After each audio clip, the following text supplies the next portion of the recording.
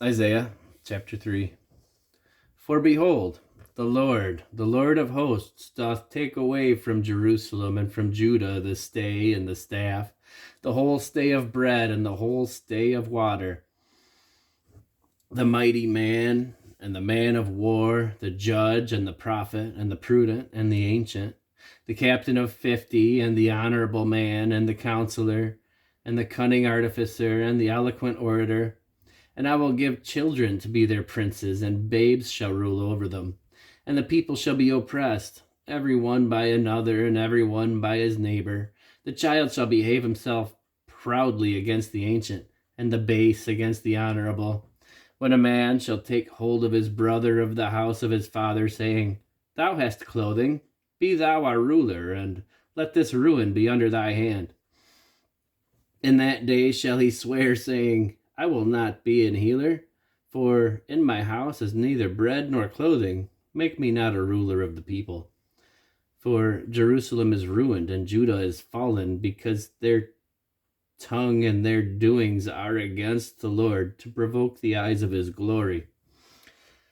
The show of their countenance doth witness against them, and they declare their sin as Sodom. They hide it not. Woe unto their soul, for they have rewarded evil unto themselves. Say ye to the righteous that it shall be well with him, for they shall eat the fruit of their doings. Woe unto the wicked, it shall be ill with them, for the reward of his hands shall be given him. As for my people, children are their oppressors, and women rule over them. O my people, they which lead thee cause thee to err, and destroy the way of thy paths. The Lord standeth up to plead, and standeth to judge the people. The Lord will enter into judgment with the ancients of his people, and the princes thereof, for ye have eaten up the vineyard. The spoil of the poor is in your houses. What mean ye that ye beat my people to pieces, and grind the faces of the poor, saith the Lord God of hosts?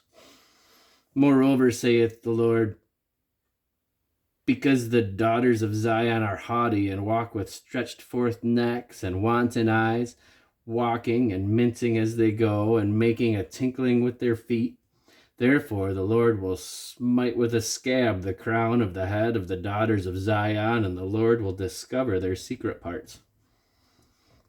In that day the Lord will take away the bravery of their tinkling ornaments about their feet, and their calls and their round tires like the moon, the chains and the bracelets and the mufflers, the bonnets and the ornaments of the legs, and the headbands and the tablets and the earrings, the rings and nose jewels, the changeable suits of apparel, and the mantles and the wimples and the crisping pins, the glasses and the fine linen, and the hoods and the veils.